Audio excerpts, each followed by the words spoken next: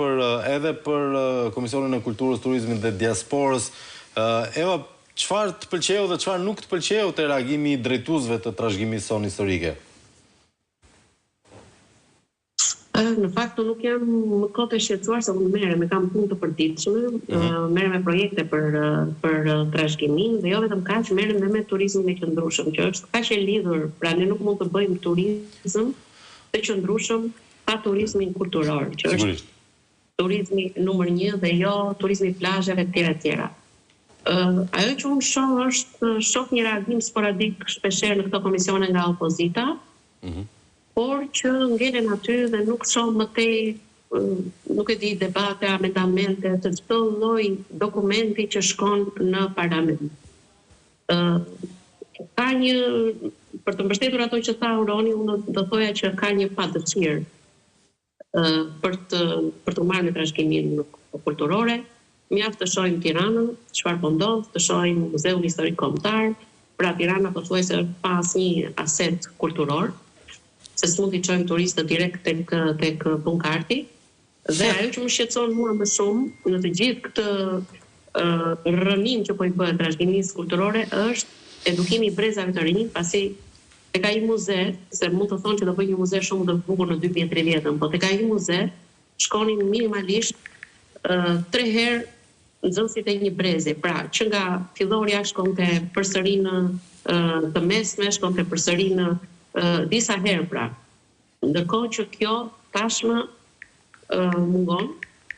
dhe mund të themi që kemi një shkëputje, një amnezi të gjithë brezit të ri se kush jemi, të paktën për periudhën e antikitetit.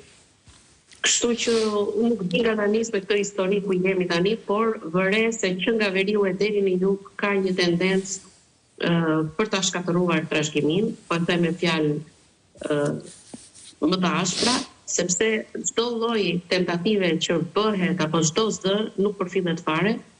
ndërkohë që ne po të shohësh sajtet ashtu siç e kishit ju te Kronika, janë pothuajse të rënuara, nuk kemi audio guida minimalisht, pra historia e një sajti kulturor nuk mund të tregohet siç do, qoftë një roja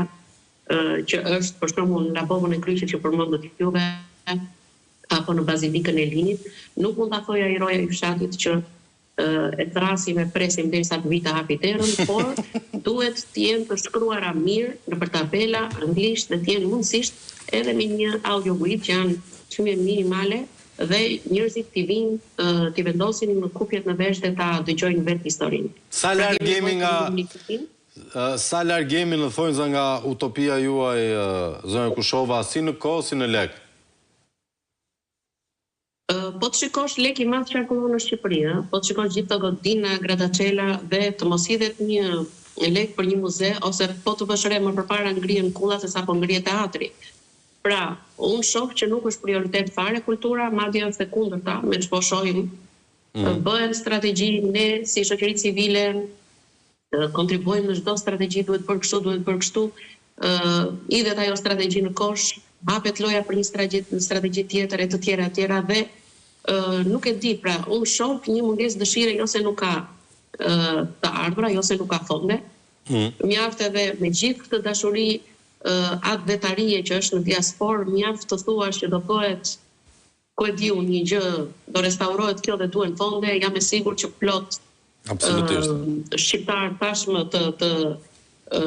që e kanë kapur veten ekonomikisht janë gati që të kontribuojnë. Unë para pak kohësh isha në Belgjik dhe aty ka, jo aty po kudo, po ka tentativa për të ngritur këto shkollat shqipe pra për të organizuar shqiptarët dhe ata i mbledhin lekët vetë për çdo aktivitet.